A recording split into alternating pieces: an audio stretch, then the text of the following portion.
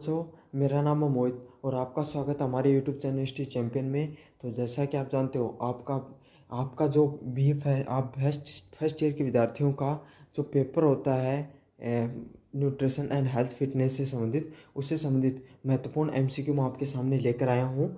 जिसमें आपको, अगर ये वीडियो पूरा देख लेते हो, तो आपका यूनिट फर्स्ट हो गई, यूनिट सेकंड हो गई, यूनिट थर्ड हो गई और यूनिट फोर हो गई।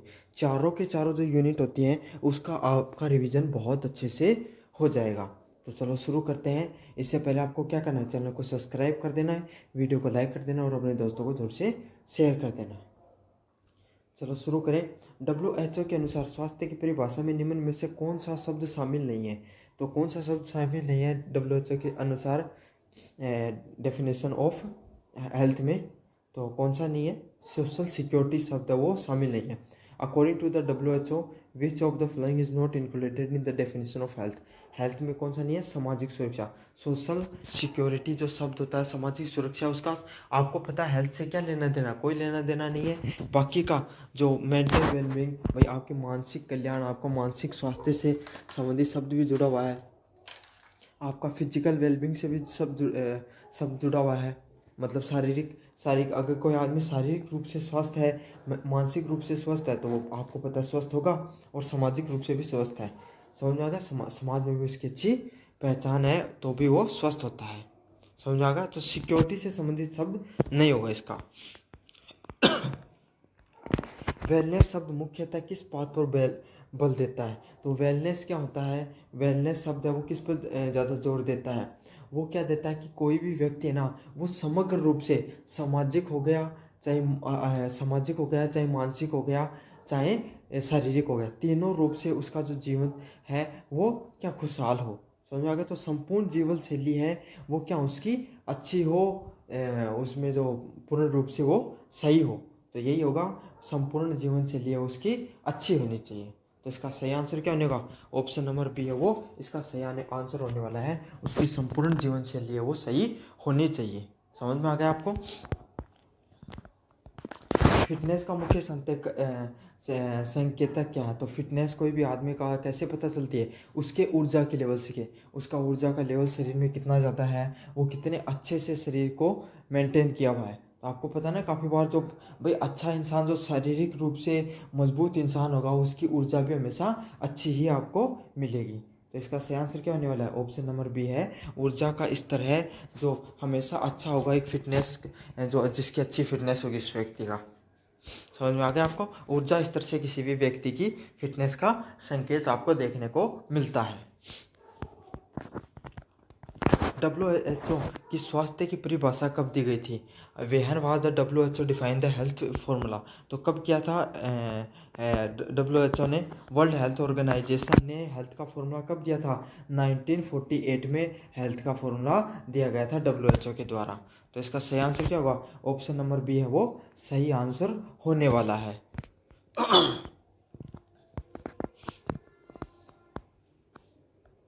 5 नंबर प्रश्न की बात करूँ, पॉजिटिव हेल्थ का एक उदाहरण क्या हो सकता है? तो पॉजिटिव हेल्थ का क्या उदाहरण हो सकता है? एक बी नंबर प्रश्न होगा हाई इम्यूनिटी, रोग प्रतिरोधक क्षमता का उच्च स्तर। भाई कोई इंसान की हेल्थ अच्छी है तो उसकी रोग प्रतिरोधक क्षमता भी अच्छी होगी, कम से कम उसके जीवन में रोग लगे होंगे, तभी तो वो क्या होगी, उसकी हेल्थ अच्छी होगी, पॉजिटिव होगी। अब कोई आदमी है उसकी रोग प्रतिरोधक क्षमता क्या है, खराब है, थोड़ा सा भी मौसम बदल जाए वो बीमार हो जाता है, तो उसकी कैसी है, नेगेटिव में आएगी उसकी रोग प्रतिरोधक क्षमता। समझ में आ गया आपको?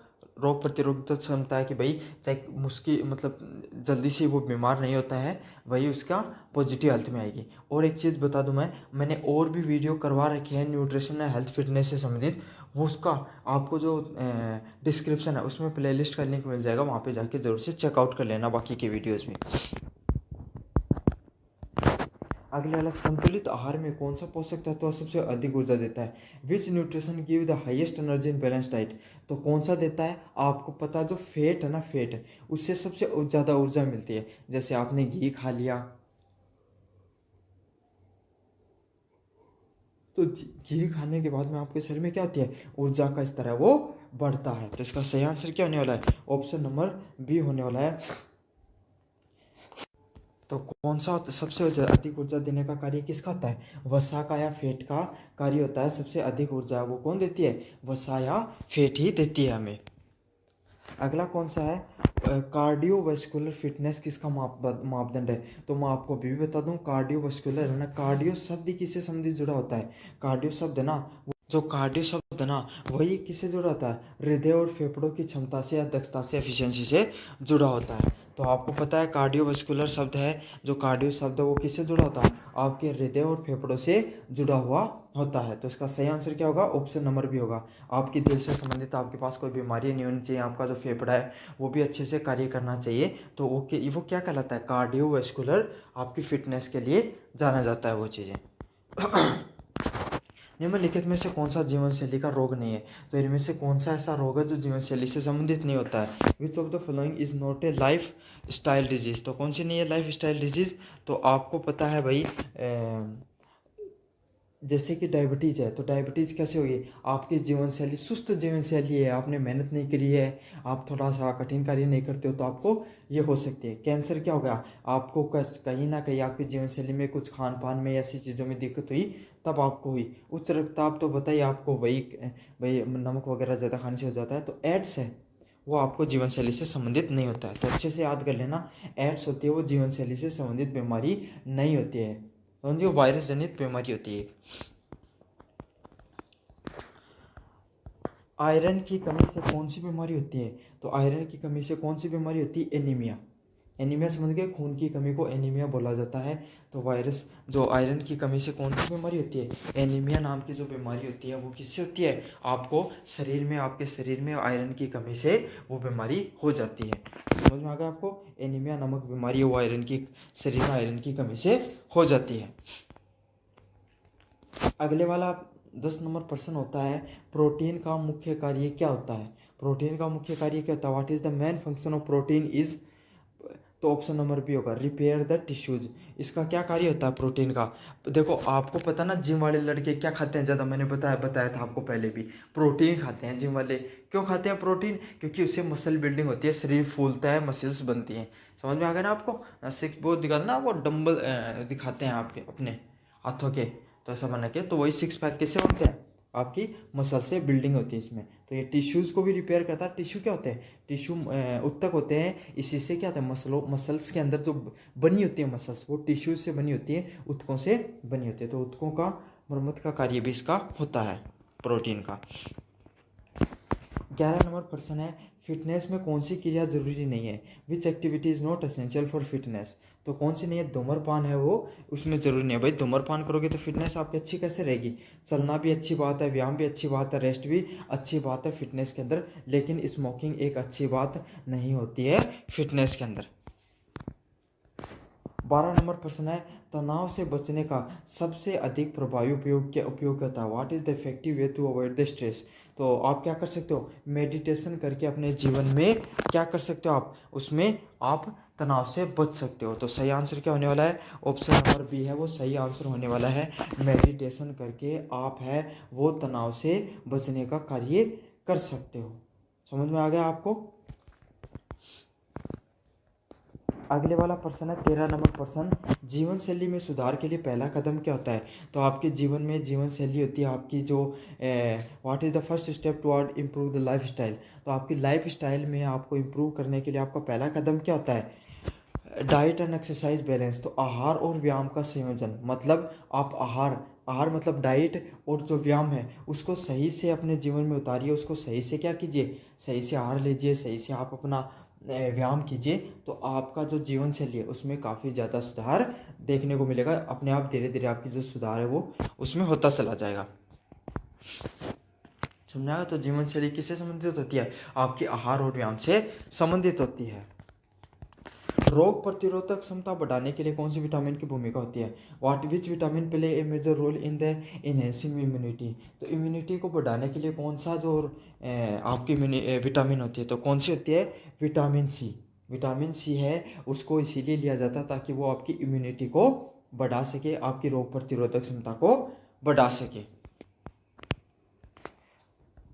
अगले वाला प्रश्न है, दिनचर्या में व्यायाम को समय कितना होना चाहिए? How much time should be given to the exercise daily?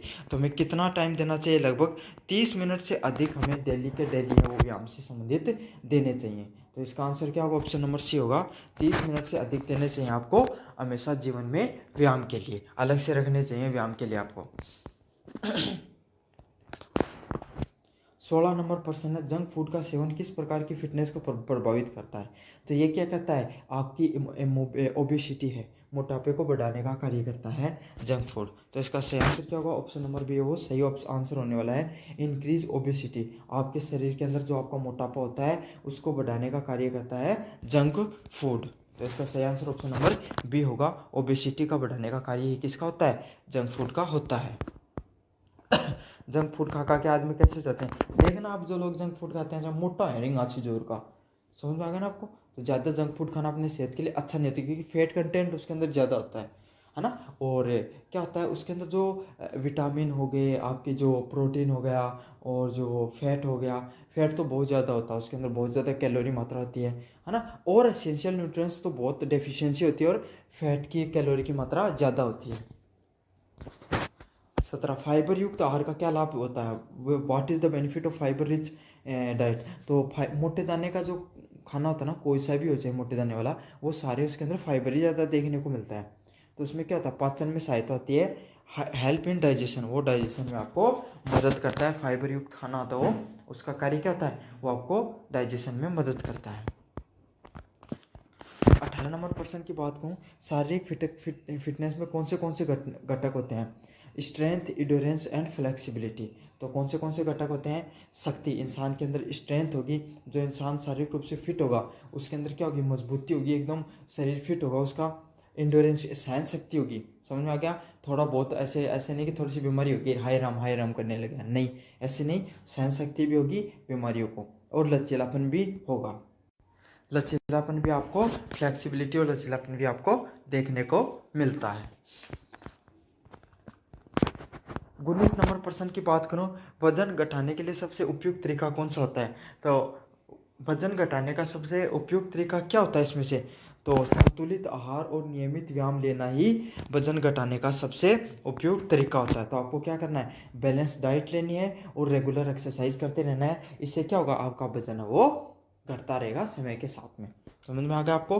तो हमेशा जीवन में बैलेंस डाइट लेते रहो और नियमित रूप से व्यायाम करते रहो, आपका वजन क्या हो जाएगा? घट जाएगा। अब पास आप बहुत ज़्यादा खाते रहोगे और व्यायाम करोगे नहीं, घर में सारे दिन बिंज वॉचिंग करते रहोगे, तो क्या होगा? आपका वजन बढ़ेगा।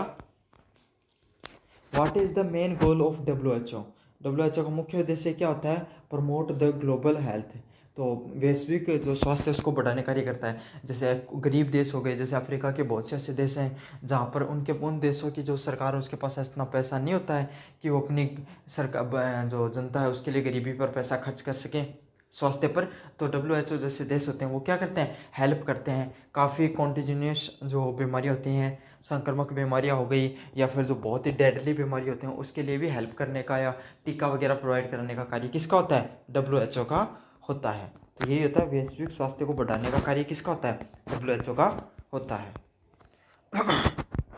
नियमित व्यायाम का क्या लाभ होता है? What is the benefit of regular exercise? तो रेगुलर एक्सरसाइज का क्या लाभ होता है? Improved immunity. तो आपकी जो रोग प्रतिरोधक क्षमता होती है ना, उसको बढ़ाने का कार्य किसका होता है? आपका जो इसका कार्य होता है, रोग प्रतिरोधक क्षमता बढ़ती है व्यायाम से। तो इसका सही आंसर क्या होगा? ऑप्शन नंबर सी है वो सही आंसर होने वाला है। अगले वाला प्रश्न है, जल से हमारा क्या कार्य है? तो जल से हमारा क्या कार्य होता है?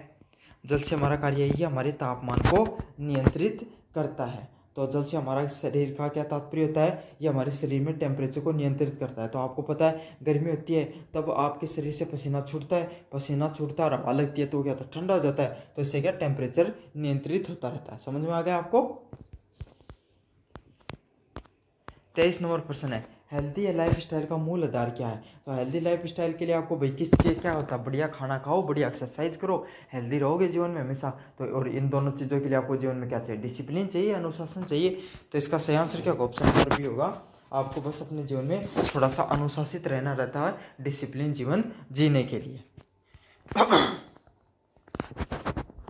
मानसिक स्वास्थ्य के लिए क्या आवश्यक होता है? तो मानसिक रूप से अगर आप स्वस्थ रहना चाहते हो तो आपको क्या चीज़ होनी चाहिए आपके पास? Option number B, emotional balance होना चाहिए। अगर मानसिक रूप से स्वस्थ रहना चाहते हो आपको भावनात्मक रूप से आपके जीवन में थोड़ा बहुत संतुलन होना चाहिए। तो सही आंसर क्या होने वाला है? ऑप्शन नंबर बी होने वाला है। ऊर्जा का त्वरित स्रोत क्या है? तो कार्बोहाइड्रेट होते हैं ना, कार्बोहाइड्रेट होते हैं वो नहीं आपने देखा होगा कि एनर्जी ड्रिंक्स पीजिए, तो वो एनर्जी ड्रिंक्स क्या होती हैं? उसमें कार्बोहाइड्रेट की मात्रा होती है बेटा। समझ में आ गया आपको? कोई पूछे स्टिंग पीकर आपको क्या मिला, तो कार्बोहाइड्रेट नहीं मिलता है, पानी मिला कर दे देते हूँ आपको। समझ आ गया? तो कार्बोहाइड्रेट्स होते हैं जो हमारे शरीर को त्वरित ऊर्जा देते हैं, तुरंत ऊर्जा देते हैं। तो आपकी जो यूनिट सेकंड है वो पूरी की पूरी रिवाइज हो चुकी है, जो सॉरी यूनिट फर्स्ट पूरी रिवाइज हो चुकी है। अब यूनिट सेकंड अपन शुरू करेंगे। तो यूनिट फर्स्ट में क्या है? संतुलित आहार में निम्नलिखित में से कौन शामिल नहीं होता? तो संतुलित आहार होता है, उसमें से निम्नलिखित में से क्या शामिल नहीं होता है? तो इसका आंसर क्या होगा? ऑप्शन नंबर सी होगा। जंक फूड है वो आपका संतुलित आहार में शामिल नहीं होता है। समझ में आ गया आपको? तो जंक फूड है उसका कोई लेना देना नहीं होता है संतुलित आहार से। बाकी प्रोटीन, फैट और विटामिन है ये हमारे किस में आते हैं? ये हमारे एक संतुलित आहार में आते हैं। थोड़ा थोड़ा हर चीज़ आपको लेना चाहिए अपने जीवन में। तो इसका सही आंसर क्या होगा? ऑप्शन नंबर बी सही होगा, सी सही होगा कि जंक फूड है उसका हमारे संतुलित आहार से, बैलेंस डाइट से कोई भी लेना देना नहीं होता है। अगले वाला प्रश्न है, संतुलित आहार की क्या परिभाषा होती है? What is the definition of balance diet? संतुलित आहार की क्या क्या परिभाषा होती है? सभी पोषक तत्वों को संतुलित मात्रा में सेवन करना, intake of all type of nutritions in the proper proportions. मतलब आपको जो पोषक तत्व होते हैं आपके, उसको सही मात्रा में सेवन करना, सारे न्यूट्रिशन को प्रॉपर प्रोपोर्शनल में यूज करना या डाइट में लेना, उसी को क्या कहा जाता है? संतुलित आहार के नाम से जाना जाता है। भोजन पिरामिड के आधार पर कौन सा खाद्य समूह सबसे अधिक मात्रा में सेवन किया जाना चाहिए? According to the food pyramid which group should be consume the most? तो फूड पिरामिड के अनुसार हमें सबसे ज़्यादा कौन सा भोजन लेना चाहिए? तो ग्रेन्स, जो मोटा अनाज होता है, हमें वो है अच्छे से लेना चाहिए। तो फूड पिरामिड में सबसे ज़्यादा जो कौन सा, क्यों फूड पिरामिड में क्या बताया गया है कि जैसे जैसे ऊर्जा की जैसे जैसे आप पिरामिड में ऊपर बढ़ते चले जाते हो, तो सबसे पहले तो ये दाने वगैरह ही आते हैं, इनमें सबसे ज़्यादा ऊर्जा रहती है। समझ में आ गया आपको? तो ग्रेन्स हो गई, अनाज हो गया, साबुत अनाज हो गए ना, उसमें सबसे ज़्यादा ऊर्जा देखने को मिलती है। जैसे जैसे ऊपर चलते चले जाते हो ना, तो एनर्जी वेस्ट होती चली जाती है, मीट वगैरह में कम ऊर्जा होती है पिरामिड के अनुसार। रेफरेंस उम्र मैन की उम्र WHO के अनुसार कितनी होती है? 29 से 30 साल, 20 से 39 साल होती है। What is the reference man according to the WHO? तो 20 to 39 year old are known as the reference man. समझ में आ गया आपको? अगले वाला प्रश्न है, रेफरेंस मैन प्रतिदिन कितनी कैलोरी की आवश्यकता रखता है? How many calories per day does a reference man required? तो कितनी कैलोरी चाहिए होती है उसको? 2400 कैलोरीज पर डे चाहिए एक रेफरेंस मैन को। समझ में आ गया आपको? 20 से लेकर 39 साल तक, मतलब 40 साल मान लो, वहाँ तक कोई भी व्यक्ति को कितना? 2400 कैलोरी हर दिन चाहिए उसको डाइट के लिए। रेफरेंस वुमेन की औसत ऊंचाई कितनी मानी जाती है? तो रेफरेंस वुमेन की कितनी होनी चाहिए? 155 सेंटीमीटर है एक रेफरेंस वुमेन की हाइट होनी चाहिए। कितनी होनी चाहिए? 155 हाइट है वो होनी चाहिए रेफरेंस वुमेन की। बैलेंस डाइट की क्या क्या भूमिका होती है? तो बैलेंस डाइट आपके शरीर में क्या करती है? ऊतकों का निर्माण करती है और मरम्मत करती है, building and the repairing of the tissues. तो जो बैलेंस डाइट में प्रोटीन की ही भूमिका रहती है, जो क्या करती है? जो आपके टिश्यूज हो गए उनकी बिल्डिंग और रिपेयरिंग का उसका कार्य होता है। निम्नलिखित में से कौन सा सूक्ष्म पोषक तत्व है? Which of the following is micronutrient? तो माइक्रोन्यूट्रिएंट इनमें से कौन सा है? प्रोटीन है। वो क्या होता है? एक प्रकार का एक माइक्रोन्यूट्रिशन होता है। समझ में आ गया आपको? एक सूक्ष्म पोषक तत्व है वो कौन सा है? प्रोटीन है। वो एक शुष्क पोषक तत्व के रूप में उसको जाना जाता है। 9 नंबर प्रश्न है, बच्चों के लिए संतुलित आहार में क्या होना चाहिए अधिक? तो क्या होना चाहिए, फैट एंड प्रोटीन्स हैं वो ज़्यादा होनी चाहिए बच्चों के आपके जो संतुलित आहार या बैलेंस डाइट के अंदर। तो इसका सही आंसर क्या होने वाला है, ऑप्शन नंबर बी है वो सही ऑप्शन होने वाला है। बच्चों का जो संतुलित आहार होता है, बैलेंस डाइट होती है, उसमें फैट एंड प्रोटीन्स की जो मात्रा होती है वो ज़्यादा देखने को आपको मिलती है, उसमें ज़्यादा से ज़्यादा फैट और प्रोटीन आपको डालना चाहिए। समझ में आ गया आपको, वसा और प्रोटीन है उसको संतुलित आहार में ज़्यादा से ज़्यादा होना चाहिए। 10 नंबर प्रश्न की बात करूं, भोजन पिरामिड में वसा फैट किस स्तर पे होती है। तो आपको पता है जो वसा या फैट होती है वो सबसे ऊपरी लेवल पे होती है, सबसे ऊपरी लेवल पे होती है वसा और फैट है वो सबसे ऊपरी लेवल पर होती है। तो इसका सही आंसर क्या होने वाला है, ऑप्शन नंबर सी है वो सबसे सही आंसर होने वाला है। जो फैट होती है वो सबसे उच्चतम स्तर पर होती है आपके जो भोजन का जो पिरामिड होता है ना उसमें। समझ में आ गया आपको, अच्छे से याद कर लेना, सबसे उच्चतम स्तर पर होती है आपकी वसा व फैट। WHO के अनुसार एक स्वास्थ्य आहार में चीनी की खपत कुल ऊर्जा के कितना प्रतिशत होना चाहिए। According to WHO, sugar consumption should be less than total percentage of what percentage of total energy. तो टोटल एनर्जी से कितना प्रतिशत होना चाहिए शुगर को, आपका 10% है वो कुल खपत की, और चीनी की कुल खपत है वो कुल ऊर्जा का 10% होना चाहिए। तो कितना होना चाहिए, 10% होना चाहिए। तो इसका सही आंसर क्या होने वाला है, सी नंबर ऑप्शन होने वाला है।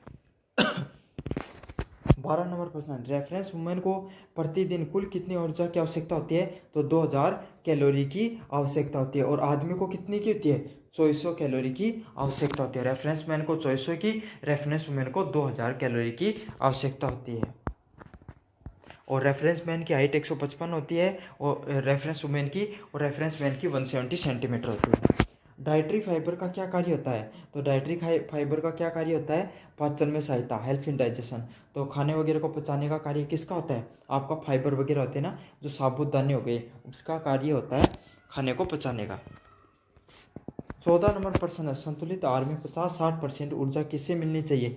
तो आपको जो आहार खाते हो इसमें सबसे ज़्यादा मात्रा किसकी होनी चाहिए, संतुलित आहार में कार्बोहाइड्रेट की मात्रा ज़्यादा होनी चाहिए। तो कार्बोहाइड्रेट जितना ज़्यादा होगा उतना ही जल्दी आपका शरीर में खाना पचेगा। समझ में आ गया आपको, ऑप्शन नंबर सी सही होने वाला है। आपका जो भोजन होता है उसमें 50-60% तक लगभग कार्बोहाइड्रेट होना चाहिए। आयरन की कमी से क्या होता है। तो आयरन की कमी से क्या होता है, एनीमिया होता है। समझ में आ गया आपको, एनीमिया होता है, कार्बन की जो आयरन होती है उसकी कमी से कौन सा रोग हो जाता है शरीर में, एनीमिया, खून की कमी हो जाती है। तो इसका सही आंसर क्या होने वाला है, ऑप्शन नंबर सी है वो सही होने वाला है। एनीमिया हो जाता है कोई भी व्यक्ति को अगर उसके शरीर में खून की कमी हो जाती है। तो समझ में आ गया, एनीमिया रोग होता है आयरन की कमी से शरीर में। आयरन हो गया खून कमी, क्योंकि आयरन से खून में सबसे ज़्यादा आयरन ही तो पाया जाता है। प्रोटीन की कमी से कौन सी बीमारी होती है, protein deficiency cause which of the following. तो कौन सी होती है प्रोटीन डेफिशिएंसी से, option A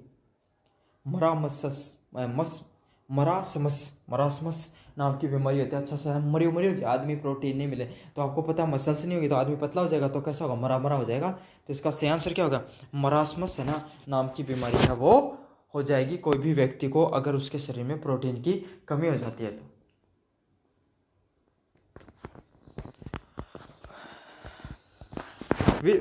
what kind of food is suitable for elderly people. तो वृद्धों के लिए किस प्रकार का भोजन उपयुक्त होता है। तो किस प्रकार का, low fat, low salt and fat का जो भोजन होता है वही जो वृद्ध लोग होते हैं, बूढ़े लोगों के लिए सही रहता है। समझा, कम नमक होना चाहिए, कम वसा वाला फूड है वो होना चाहिए। तो इसका सही आंसर ऑप्शन नंबर बी होने वाला है, कम नमक और कम वसा वाला फूड है वो वृद्धों के लिए सही होता है। बूढ़े लोगों क्यों, नमक है वो आपकी हड्डियों के लिए अच्छा नहीं होता, आपकी हड्डियाँ चटका देगा। फैट होता है उसको डाइजेस्ट होने में ज़्यादा दिक्कत होती है, इसीलिए वो डाइजेस्ट नहीं कर पाते। तो इसका सही आंसर ऑप्शन नंबर बी होने वाला है। 18 नंबर प्रश्न, गर्भवती महिलाओं के लिए जरूरी पोषक तत्व कौन सा होता है। Which nutritions are essential for pregnant womens. तो कौन सी होती है, फोलिक एसिड एंड आयरन होता है ना, ये जो गर्भवती महिलाओं के लिए सबसे सही पोषक तत्व होता है। तो इसका सही आंसर क्या होगा, ऑप्शन नंबर बी होगा।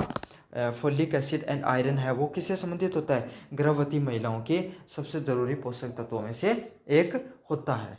समझ में आ गया, इसलिए फोलिक एसिड और आयरन की गोलियां दी जाती हैं महिलाओं को जब वो प्रेग्नेंट होती हैं तब।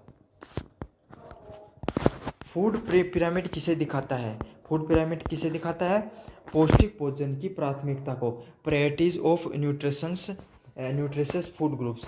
तो जो पौष्टिक भोजन होता है, पौष्टिक भोजन की प्राथमिकता को दिखाने का कार्य होता है फूड पिरामिड को। तो इसका सही आंसर क्या होने वाला है? ऑप्शन नंबर बी है वो।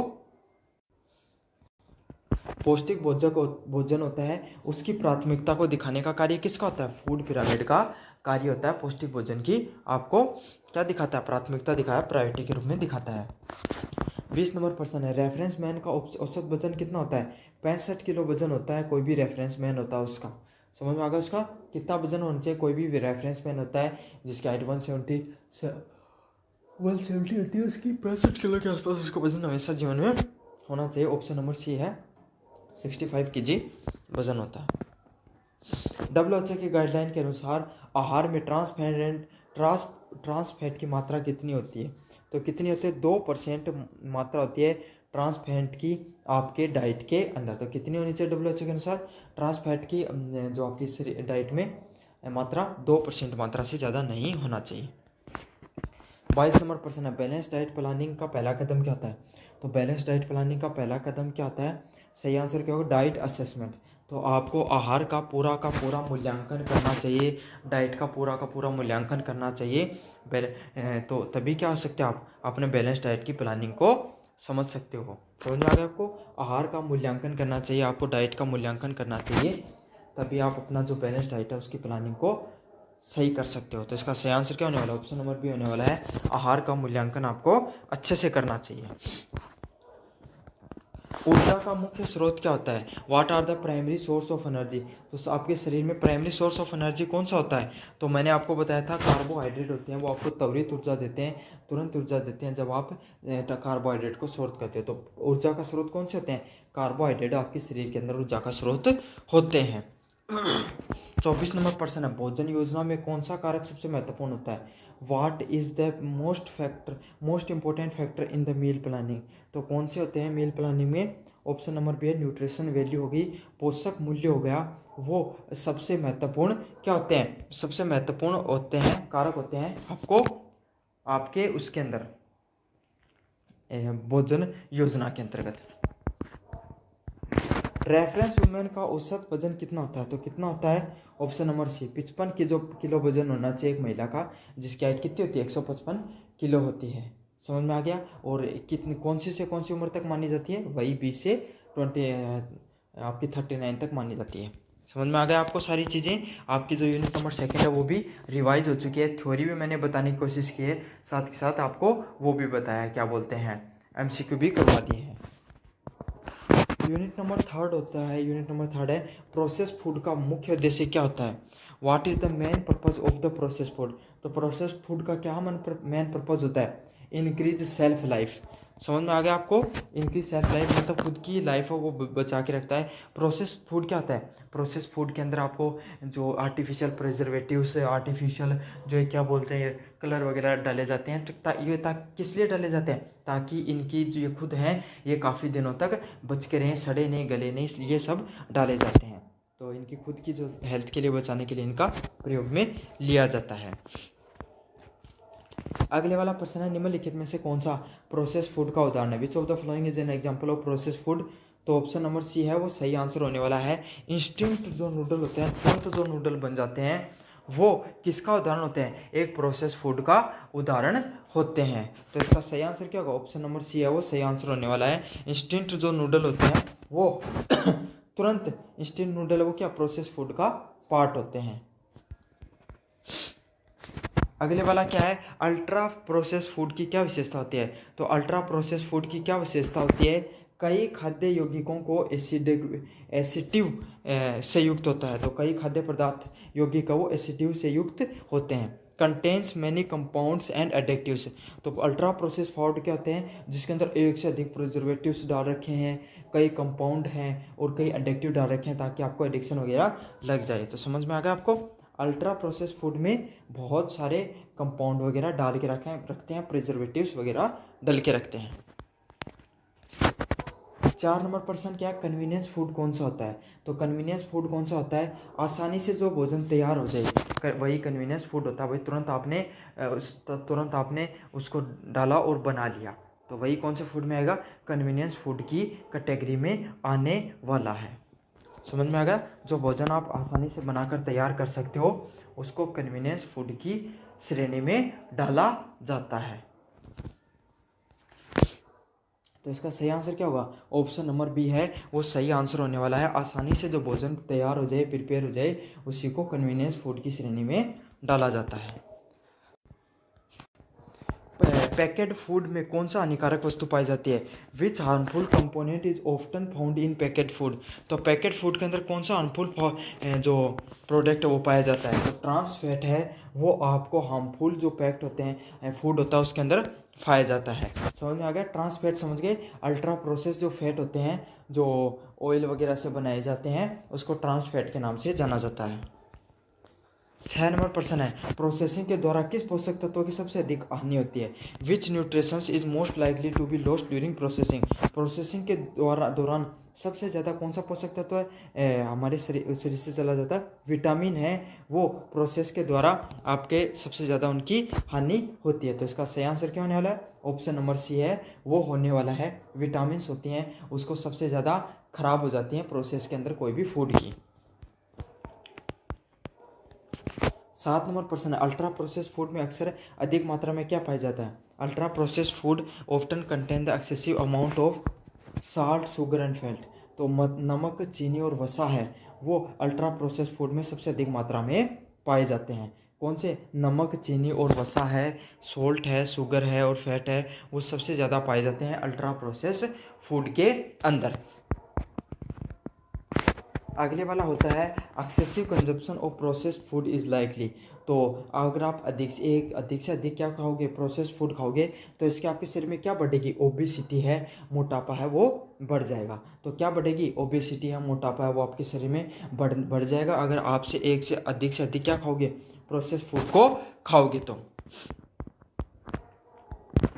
9 नंबर प्रश्न है, प्रोसेस फूड में मिलने वाला प्रिजर्वेटिव का क्या कार्य होता है। तो प्रिजर्वेटिव क्या का कार्य क्या होता है, प्रोसेस फूड में मिलने वाला प्रिजर्वेटिव किस चीज़ का कार्य करता है, खराब होने से बचाने के लिए, आपको स्पॉइल होने से बचाने के लिए प्रोसेस फूड में प्रिजर्वेटिव का कार्य होता है कि भाई जो आपका सामान है, खाना है, वो खराब नहीं हो ज़्यादा से ज़्यादा।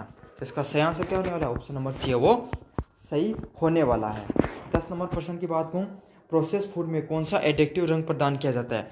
तो प्रोसेस फूड होता है उसमें कौन सा एडिक्टिव रंग प्रदान किया जाता है, फूड कलर वगैरह डाले जाते हैं, एडिक्टिव रंग डाले जाते हैं किसमें, प्रोसेस फूड के अंदर। तो समझ में आ गया आपको, आपके फूड कलर वगैरह डाले जाते हैं, प्रोसेस फूड होते हैं उसके अंदर।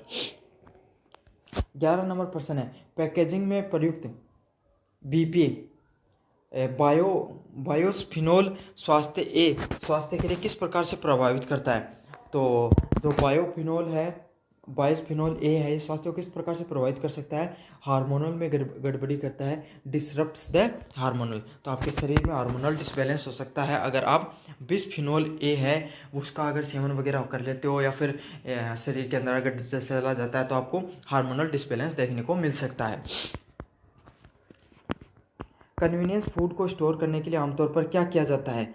तो कन्वीनियंस फूड है तो आपको उसको स्टोर करने के लिए आमतौर पर क्या किया जाता है, फ्रीजिंग वगैरह के लिए कन्वीनियंस स्टोर को आपको what is commonly done to store the convenience food. तो कन्वीनियंस फूड होते हैं जो आसानी से खाने वाले फूड होते हैं उसको क्या किया जाता है, फ्रीजर वगैरह में रख लिया जाता है। तो आपको पता है विदेशों में क्या होते हैं, पिज़्ज़ा हो गया, बर्गर हो गया, फिर कोई भी फूड होगा, दलिया भी, वो कैसा आता है, पैक्ड फूड में आता है, सारा बना का बनाया, बस उसको क्या करो आप गर्म करो और खा लो। बस पिज़्ज़ा को आप ओवन में डालो, बना बनाया तैयार तुर मिलेगा आपको, एकदम खा लेना। समझ, दलिये में गर्म पानी डालो, मिलाओ और खा लो, ऐसा फूड होता है, उसको क्या बोला जाता है, कन्वीनियंस फूड के नाम से जाना जाता है और उसको फ्रीजर में रखा जाता है। 13 नंबर प्रश्न, निम्नलिखित में से कौन सा अल्ट्रा प्रोसेस फूड नहीं है, which of the following is not an ultra process food. तो कौन सा नहीं है, केला एक अल्ट्रा प्रोसेस फूड नहीं है, जिसमें भाई केला सीधा नेचुरल फूड है, अल्ट्रा प्रोसेस कहाँ है। तो यहाँ पर ब्रेड, सॉफ्ट ड्रिंक और पिज्ज़ा है, सब क्या है, अल्ट्रा प्रोसेस किए हुए फूड होते हैं, जबकि केला नहीं होता है। 14 नंबर प्रश्न है, कन्वीनियंस फूड का सबसे बड़ा लाभ क्या होता है। तो क्या होता है भाई, कन्वीनियंस फूड का सबसे तगड़ा लाभ, जल्दी से तैयार हो जाता है ये। समझ में आ गया आपको। क्विक प्रिपरेशन हो सकती है इसकी तुरंत, कभी आप चाहो जब इसका प्रिपरेशन करवा सकते हो। तुरंत तैयार होने वाला फूड होता है इसका, क्या होता है, इसको कन्वीनियंस फूड के नाम से जाना जाता है। अल्ट्रा प्रोसेस फूड पर लगातार सेवन करने से किस मानसिक बीमारी से जुड़ा होता है? तो अल्ट्रा प्रोसेस फूड अगर आप लगातार खाते रहोगे तो आपको क्या हो सकती है, डिप्रेशन और एंजाइटी से आप गुजर सकते हो। तो कौन सा बीमारी होने की ज़्यादा चांसेस होते हैं अल्ट्रा प्रोसेस फूड खाने से? डिप्रेशन और एंजाइटी होती है, क्योंकि इससे न्यूट्रिशन वैल्यू वगैरह होती है वो इतनी ज़्यादा तो ऐड तो होती नहीं इंसान के शरीर में, इसीलिए। तो क्या हो सकता है, आपको डिप्रेशन का शिकार हो सकते हो और आप अपने जीवन में चिंता वगैरह उसका शिकार हो सकते हो। अगला वाला है, प्रोसेस फूड में स्वाद बढ़ाने के लिए क्या मिलाया जाता है? What is added to the process food to enhance the flavour? तो किसका बनाया जाता है? साल्ट, नमक और मसाले मिलाए जाते हैं, साल्ट और स्पाइसेस मिलाई जाती हैं। आपको इस जो कुरकुरे वगैरह आते हैं इनमें भी देख लो आप, क्या होते हैं, नमक और मसाले को ज़्यादा मिलाया जाता है ताकि आपको खाने में चटपटा लगे एकदम। 17 नंबर प्रश्न है, अधिक पैक्ड फूड खाने से किस अंग सबसे अधिक प्रभावित होता है? तो कौन सा होता है? लीवर। भाई लीवर पे पड़ता है ज़्यादा प्रभाव। अगर आप ज़्यादा प्रोसेस फूड खाओगे तो लीवर को बेचारे को ज़्यादा कार्य करना पड़ेगा। 18 नंबर प्रश्न है, निम्नलिखित में से कौन सा मिनिमल प्रोसेस है? सबसे कम प्रोसेस्ड फूड कौन सा होता है? इसमें चिप्स, कैंडी और कैंड सूप है, ये सब के सब क्या होंगे? ये सारे प्रोसेस फूड होंगे। बॉइल्ड अंडा, जो उबला हुआ अंडा है वो क्या होगा? सबसे कम प्रोसेस क्या हुआ, खाना होने वाला है। तो सही आंसर क्या होगा? ऑप्शन नंबर ए है, उबला हुआ अंडा है वो सबसे कम प्रोसेस फूड की श्रेणी में आएगा। कन्वीनियंस फूड अक्सर किस पोषक तत्व की कमी करता है? कन्वीनियंस फूड इज ऑफ्टन लो इन। तो कन्वीनियंस फूड में सबसे कम क्या होता है? फाइबर है। फाइबर की मात्रा वो सबसे कम देखने को मिलती है किसी भी प्रोसेस फूड के अंदर। समझ में आ गया आपको? सही आंसर क्या होने वाला? ऑप्शन नंबर बी है, फाइबर है वो सबसे कम होता है आपके प्रोसेस फूड के अंतर्गत। 20 नंबर प्रश्न, खाद्य लेवल पे हाई इन सोडियम का क्या अर्थ होता है? हाई इन सोडियम का क्या अर्थ होता है? इसका अर्थ होता है हाई इन सोल्ट। तो कोई भी अगर खाना उसमें सोल्ट की मात्रा ज़्यादा होगी तो वो क्या होगा? हाई इन सोडियम में देखने को मिलेगा, उसमें नमक की मात्रा आपके सामने ज़्यादा हो सकती है। अल्ट्रा प्रोसेस फूड का प्रभाव किस पर सबसे पहले किस चीज़ पर पड़ता है? तो अल्ट्रा प्रोसेस फूड होता है उसका प्रभाव किस पे पड़ता है? आपके पाचन तंत्र पे या डाइजेस्टिव सिस्टम पर सबसे ज़्यादा पड़ता है। तो आपका जो खान पीन है वो बिगड़ जाता है अल्ट्रा प्रोसेस फूड को ज़्यादा खाने से। MSG मोनोसोडियम ग्लूटामेट का प्रयोग किस लिए किया जाता है? तो MSG होती है जो आपकी MSG मोनोसोडियम ग्लूटामेट का प्रयोग किसके लिए किया जाता है? For flavour enhancement. तो खाने का जो फ्लेवर वगैरह होता है उसको बढ़ाने के लिए किसका प्रयोग किया जाता है? MSG मोनोसोडियम ग्लूटामेट का उपयोग में किया जाता है। 23 नंबर प्रश्न है, पैक्ड फूड में कौन सा लेवल देखना होता है? पैक्ड फूड में आपको कौन सा लेवल देखना होता है? Nutrition fact. भाई इस खाने में न्यूट्रिशंस हैं या नहीं है, कितने हैं, कितनी मात्रा में है, ज़्यादा है कम है, ये सब चीज़ें आपको देखनी होती हैं। न्यूट्रिशंस फैक्ट में ज़रूर से देखना चाहिए आपको, पैक्ड फूड होता है उसके अंतर्गत। प्रोसेसिंग के बाद में आपके भोजन में क्या घट सकता है? प्रोसेसिंग के बाद में आपके भोजन में क्या घट सकता है? का विटामिन एंड फाइबर हैं वो प्रोसेसिंग के बाद आपके जो भोजन होता है उसमें घट जाती हैं। तो आपको पता है विटामिन होती हैं वो सबसे ज़्यादा घटती हैं कोई भी प्रोसेस फूड होता है उसके अंतर्गत। इसका सही आंसर क्या होने वाला है? ऑप्शन नंबर बी है वो सही होने वाला है। WHO ने अल्ट्रा प्रोसेस फूड के सेवन किससे जोड़ा है? तो किससे? नॉन कम्युनिकेबल डिजीज से जोड़ा गया है आपको अल्ट्रा प्रोसेस फूड को।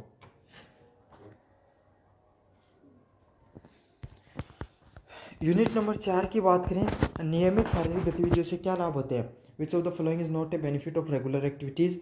तो अगर आप रेगुलर एक्सरसाइज करोगे तो आपका वजन है वो क्या आपको भी पता है भाई, जब वजन कम करने के लिए तो एक्सरसाइज वगैरह की जाती है, तो वजन है वो आपका कम बढ़ता है, वजन में कम वृद्धि होती है आपका रेगुलर एक्सरसाइज करने से। समझ में आ गया आपको? पौष्टिक भोजन और व्यायाम का मेल किससे जुड़ा होता है? A combination of the nutritious food and exercise is linked with.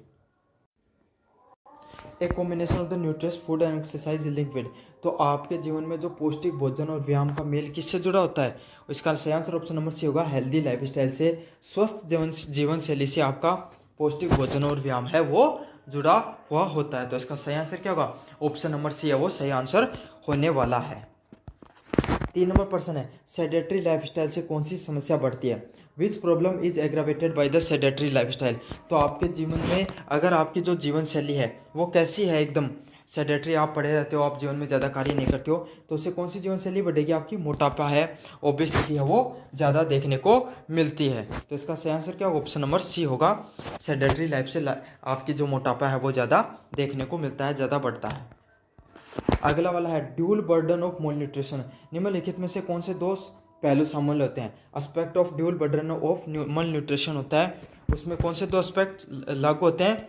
सही आंसर होगा ऑप्शन नंबर बी होगा, under nutrition and over nutrition. तो कुपोषण में क्या होगा?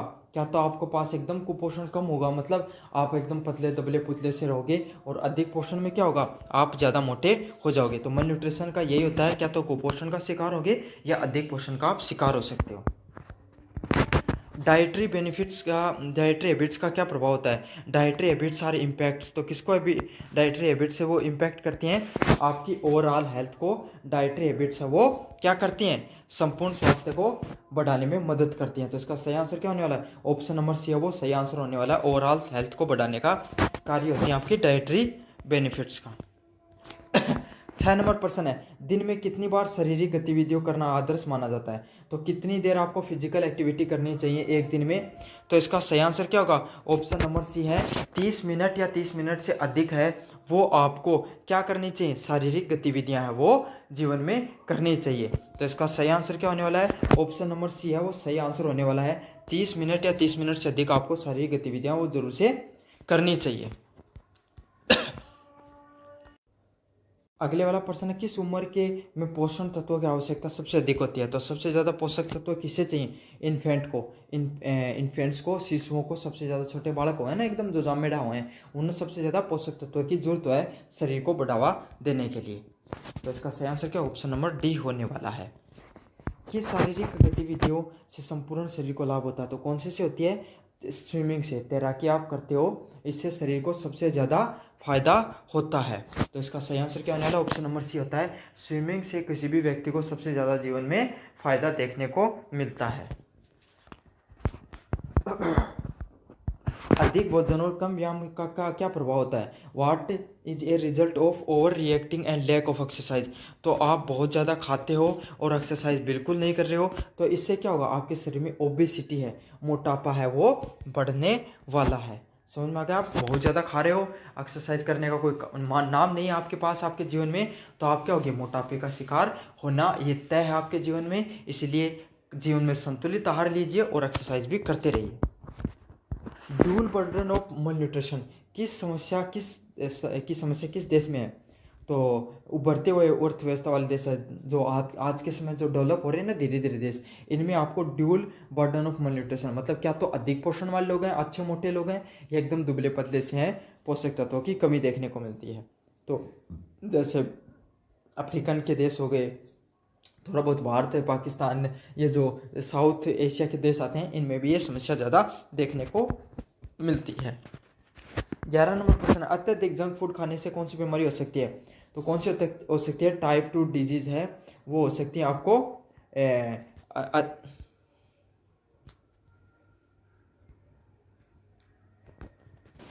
तो क्या हो सकता है? आपको टाइप 2 डिजीज हो सकती है आपको अत्यधिक जंक फूड खाने से। What is the symptoms of under nutrition? तो अंडर न्यूट्रिशन की आपको क्या होता है? क्या लक्षण होता है? कमजोरी, वीकनेस हो सकती है। अगर आपके शरीर में न्यूट्रिशंस की कमी होती है आपके शरीर में, तो आप क्या हो सकते हो? कमज़ोर हो सकते हो आपके शरीर से, कमजोरी आपके शरीर में देखने को मिलती है। व्यायाम करने का सबसे अच्छा समय क्या होता है? तो सुबह सुबह आप क्या कर सकते हो? व्यायाम करते हो, सबसे ज़्यादा आपको व्यायाम है वो कब देखने को मिलता है? सुबह सुबह करना चाहिए, शरीर के लिए ज़्यादा अच्छा रहता है। क्यों?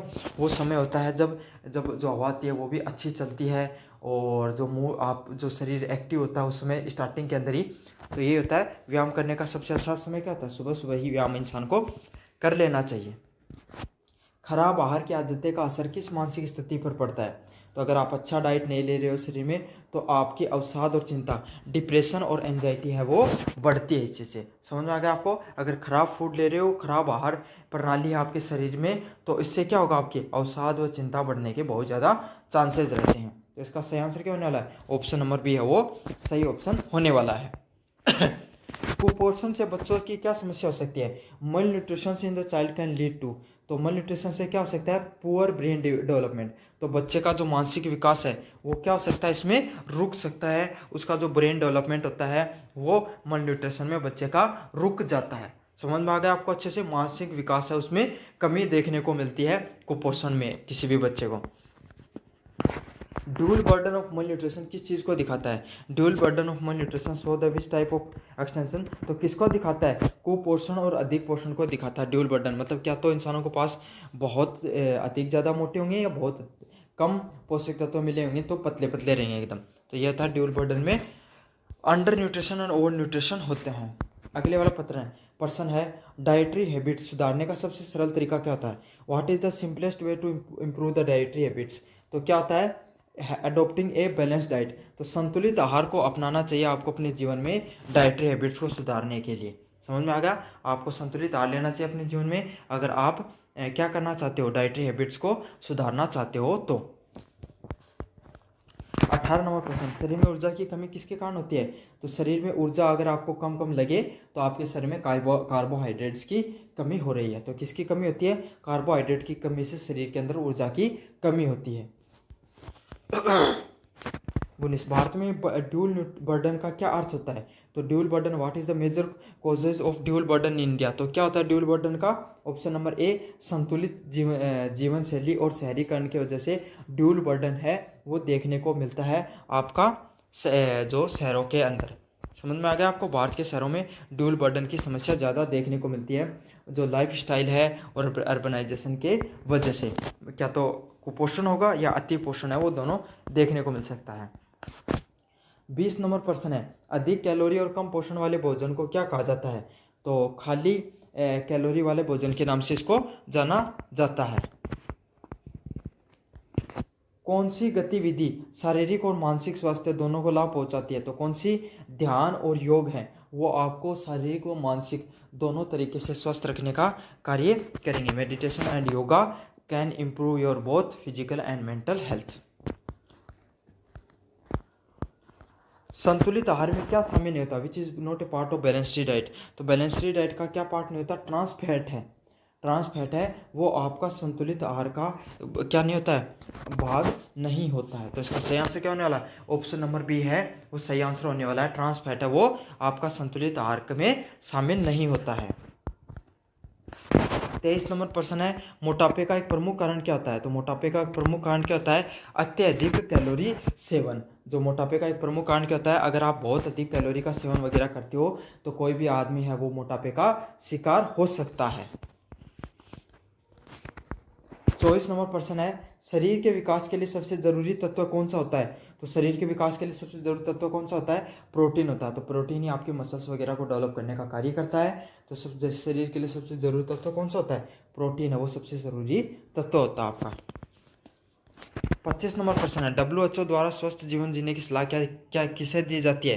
पोषक तत्व और व्यायाम। अच्छे पोषक तत्व लो, अच्छा व्यायाम करो, आपका जो स्वस्थ जीवन शैली है वो चलती रहेगी। समझ में आ गया आपको? तो ऑप्शन नंबर सी सही होने वाला है। पोषक तत्व और व्यायाम को अच्छे से करना चाहिए आपको। इससे आपको क्या होगा?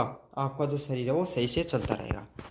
तो चलो बच्चों, ये था आपका पेपर न्यूट्रिशन हेल्थ फिटनेस से संबंधित। इसके मैंने सारे MCQ करा दिए हैं और बाकी के और भी वीडियो मैंने डाल रखे हैं। उनको पढ़ना चाहते हो तो डिस्क्रिप्शन में लिंक दिया गया है, वहाँ से जाके जरूर से पढ़ लेना।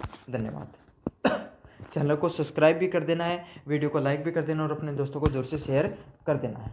हेलो बच्चों, मेरा नाम है मोहित और आपका स्वागत है हमारे यूट्यूब चैनल हिस्ट्री चैंपियन में। तो जैसा कि आप जानते हो आपका जो पेपर होता है VSC का, फर्स्ट ईयर में जो VSC का पेपर होता है वैल्यू एडेड कोर्स का, nutrition for health and fitness, तो इससे संबंधित जो इंपॉर्टेंट MCQs आपके सामने देखने को मिलते हैं आपके एग्जाम के अंदर वो मैं आपको करा रहा हूँ। काफ़ी इंपॉर्टेंट वीडियो होने वाला आपके सामने। इसमें आपका यूनिट 1, यूनिट 2, यूनिट 3 और यूनिट 4 चारों की चारों यूनिट का आपका रिवीजन हो जाएगा। खास बात यही है, इसमें मैं एमसीक्यू भी करूंगा प्लस आपको थ्योरी भी समझाने का प्रयास करूंगा कि अगर इसकी लैंग्वेज बदलकर अगर पर्सन को पूछ लिया जाता है तो आपको किस तरीके से पर्सन को करना होता है। तो काफ़ी ज़्यादा मोस्ट इंपॉर्टेंट वीडियो होने वाला आपके लिए।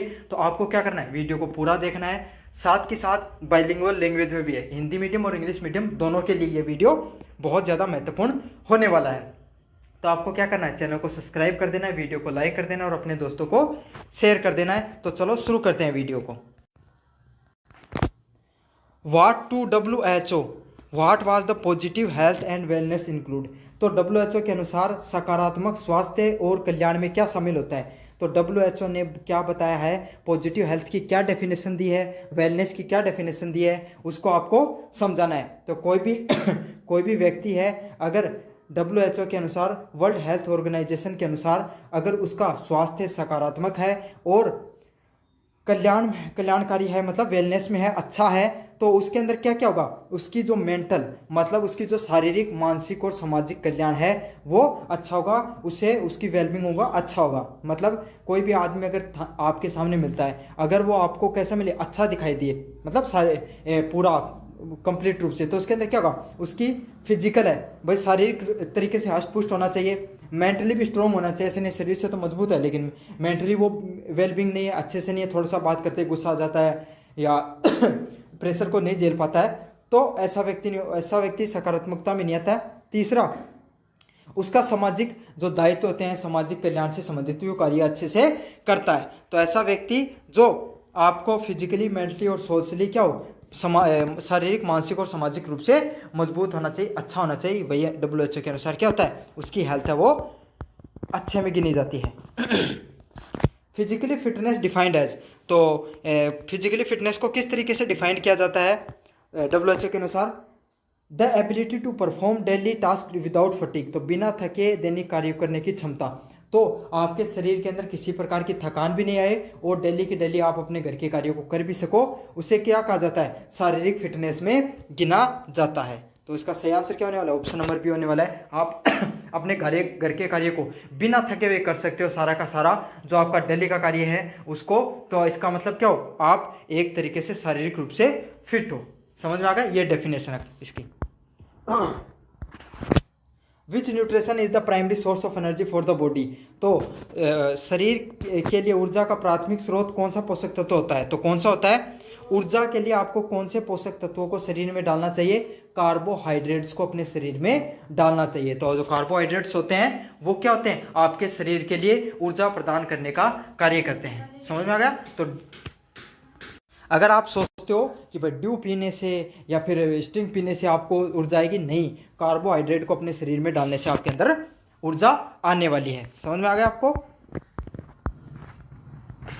विच of the following not a component of physical fitness, तो निम्नलिखित में से कौन सा शारीरिक फिटनेस का घटक नहीं है। तो कौन सा नहीं है शारीरिक फिटनेस से संबंधित, हृदय संबंधी सहन शक्ति। तो आपके अंदर कार्डियोवास्कुलर जो फिटनेस है वो भी होनी चाहिए। समझ में आ गया आपको। आपके किसी भी हार्ट के अंदर मतलब जो आपका खून है वो अच्छे से बहना चाहिए, रक्त की बहुत अच्छे से चलना चाहिए। फ्लेक्सिबिलिटी, आपके शरीर के अंदर क्या होना चाहिए, लचीलापन होना चाहिए, फ्लेक्सिबल होना चाहिए आपका शरीर पूरा का पूरा। अगला, मांसपेशियों की ताकत, आपका शरीर है वो मांसपेशियां भी उसकी मजबूत होनी चाहिए। ऐसे नहीं थोड़ी सी आप इधर मुड़े तो आपकी क्या होगी, लचक आ गई या फिर मोच आ गई, तो ऐसा भी नहीं होना चाहिए। तो ये सारे के सारी चीज़ें क्या है, ये तीनों की तीनों चीज़ें फिजिकल फिटनेस से संबंधित हैं। लेकिन मेमोरी पावर, याददाश्त शक्ति किससे संबंधित है, दिमाग से संबंधित है, याददाश्त से संबंधित है। 5 नंबर प्रश्न है, according to WHO wellness include, तो WHO के अनुसार वेलनेस क्या होती है। तो मैंने बताया था आपको, WHO ने क्या बताया, एक तो फिजिकली, मेंटली और सोशली इंसान स्ट्रांग होना चाहिए, साथ के साथ इमोशनली एंड स्पिरिचुअल भी वेलबींग होना चाहिए, अच्छा होना चाहिए, भावनात्मक और आध्यात्मिक रूप से भी वो स्ट्रांग होना चाहिए। 6 नंबर प्रश्न की बात करूं, which vitamin is essential for bone health, तो हड्डियों के स्वास्थ्य के लिए कौन सा विटामिन आवश्यक होता है। तो कौन सा विटामिन आवश्यक होता है आपके लिए, हड्डियों के लिए आपको सबको पता है विटामिन डी है, वो शरीर के लिए, अपनी हड्डियों के लिए क्या होता है, सबसे ज़रूरी होता है। क्यों, हड्डियों में आपको पता है कैल्शियम और फॉस्फोरस से हड्डियाँ बनती हैं और उनको स्ट्रेंथ करने के लिए, मजबूती प्रदान करने के लिए कौन सा कार्य आता है, विटामिन डी है, जो सूरज के द्वारा आपके शरीर के अंदर जाता है। उससे क्या होती है, जो कैल्शियम और फॉस्फोरस है वो आपके शरीर के अंदर ऑब्जर्व होने का कार्य करता है। समझ में आ गया आपको। तो इसके लिए कौन सा ज़रूरी है, विटामिन डी है वो बहुत ज़्यादा ज़रूरी होता है आपका। 7 नंबर प्रश्न है, what is the role of protein in the body. तो शरीर में प्रोटीन की क्या भूमिका होती है। तो ऊतकों का निर्माण करने में आपका क्या करती है, प्रोटीन है वो काम में आती है। तो ऊतक होते हैं ना, जो टिश्यू होते हैं, तो टिश्यू किससे बनते हैं, आपके जो प्रोटीन होती है वो मसल्स का बिल्डिंग का काम करती है। अब मसल किससे बनते हैं, टिश्यू से बनती हैं। तो समझ में आपको जिम वगैरह में ज़्यादा प्रोटीन क्यों लिया जाता है, ताकि मसल्स का डेवलपमेंट हो। और मसल्स किससे बनते हैं, टिश्यू से मिलकर बने होते हैं। समझ में आ गया। तो इसका इनडायरेक्टली काम क्या होता है, आपकी बॉडी के अंदर ऊतकों का निर्माण करने का या मरम्मत करने का कार्य होता है। Which of the following is A component of wellness. तो निम्नलिखित में से कौन सा कल्याण का घटक है। तो कौन सा कल्याण का घटक होता है, कल्याण का घटक मैंने पहले बताया था, स्पिरिचुअल और इमोशनली आप स्ट्रोंग होने चाहिए। तो आपको जो भावनात्मक रूप से आपके शरीर के अंदर क्या होना चाहिए, संतुलन होना चाहिए आपके अंदर। समझ में आ गया आपको। तो अगर आपको वेलनेस से संबंधित या देखो फिजिकल फिटनेस से संबंधित आ जाए तो कौन सा करना आपको, उसमें बताना है क्या, फिजिकली मेंटली और सोशली आप क्या होने चाहिए, फिट होने चाहिए, उसी को फिटनेस से संबंधित आएगा। और वेलनेस से संबंधित अगर प्रश्न आएगा तो उसमें आपको क्या करके आना है, इमोशनल और स्पिरिचुअल, भावनात्मक और आध्यात्मिक रूप से आप मजबूत होने चाहिए, वो वेलनेस से संबंधित होता है आपका। 9 नंबर प्रश्न है, lack of which minerals cause anaemia. तो किस खनिज में से एनीमिया की कमी होती है। तो किस खनिज से एनीमिया की कमी होती है। तो आयरन होता है आपके शरीर के, जो खून बनता है वो किससे बनता है, खून बनने के लिए मेन कंपोनेंट होता है आयरन। समझ में आ गया आपको। तो आयरन है वो जो खून की कमी होती है एनीमिया की वजह से होती है। और एनीमिया डायरेक्टली किससे जुड़ा होता है, आयरन से जुड़ा होता है। तो एनीमिया की किस खनिज की कमी से होते हैं, आयरन की कमी से। आप कमी से कौन सा होता है, एनीमिया रोग हो जाता है। जो आपने देखे ना लाल वाली गोलियां दी जाती हैं आपको, उसके लिए, आयरन के लिए। What is the full form of WHO। तो WHO की फुल फॉर्म क्या होती है, वर्ल्ड हेल्थ ऑर्गेनाइजेशन, विश्व स्वास्थ्य संगठन से संबंधित होता है। तो उसका क्या फुल फॉर्म होती है, WHO की वर्ल्ड हेल्थ ऑर्गेनाइजेशन है वो WHO की फुल फॉर्म होती है। Which nutrition help in digesting and prevent constipation. तो कौन सा तत्व, पोषक तत्व पाचन में मदद करता है और कब्ज को रोकता है। तो कौन सा था, फाइबर होता है ना, फाइबर वो रोकता है इन सब चीज़ों को। आपका जो पाचन तंत्र है उसको मजबूत करने का कार्य किसका होता है, फाइबर का होता है। तो फाइबर किस में मिलता है, साबुत दाने होते हैं ना आपके, जैसे चने हो गए या फिर जो मोटा अनाज हो गया जिसमें बाजरा आ गया आपका और मक्का आ गया, इन सब चीज़ों में ज़्यादातर क्या पाया जाता है, या दाल आ गई, इनके अंदर फाइबर की मात्रा ज़्यादा देखने को मिलती है। तो आपको मोटा अनाज भी थोड़ा बहुत जीवन में उसका सेवन करना चाहिए ताकि आपका कॉन्स्टिपेशन है वो अच्छा रहे। What is the importance of hydration in the fitness. तो फिटनेस में जलोयोजन की क्या महत्व होती है। तो क्या महत्व होता है जलोयोजन का, आपका आप ज़्यादा से ज़्यादा पानी पियोगे तो उससे क्या महत्व होगा, help to the muscle recovery. तो आपका शरीर है वो जल्दी से रिकवर कर जाएगा। अगर आपने फिजिकली एक्सरसाइज वगैरह किए हैं तो आपको शरीर में ज़्यादा हाइड्रेशन पानी डालना चाहिए ताकि आप जल्दी रिकवर कर जाओ। रेगुलेट बॉडी टेम्परेचर, साथ के साथ आपकी बॉडी का तापमान है उसको भी नियंत्रित करने का कार्य करता है। अब देखो होता क्या है, आपको पता है आप पानी पीते हो, जो लोग ज़्यादा पानी पीते हैं उनका देखना शरीर आपको ज़्यादातर ठंडा मिलता है। क्यों, पानी पीते हैं तो उनके थोड़ा पसीने की मात्रा थोड़ी ज़्यादा आती है, तो पसीना जैसे सूखता है तो आपका शरीर है बॉडी ठंडी हो जाती है। तो टेम्परेचर रेगुलेट करने का भी कार्य करता है, शरीर के तापमान को नियंत्रित करता है और मांसपेशियों में रिकवरी करने का कार्य करता है। Which of the following is a source of healthy fats. तो निम्नलिखित में से कौन सा वसा का स्रोत होता है। तो कौन सा होता है, आपका ऑलिव ऑयल, जो जैतून का तेल होता है ना, वो आपको वसा का सबसे अच्छा स्रोत होता है, वसा का। समझ में आ गया आपको। तो इसका सही आंसर क्या होगा, ऑप्शन नंबर बी है वो सही ऑप्शन होने वाला है। जैतून का तेल है वो वसा के स्रोत से संबंधित होता है। 14 नंबर प्रश्न है, what is the role of carbohydrates in fitness. तो फिटनेस में कार्बोहाइड्रेट्स की क्या भूमिका होती है।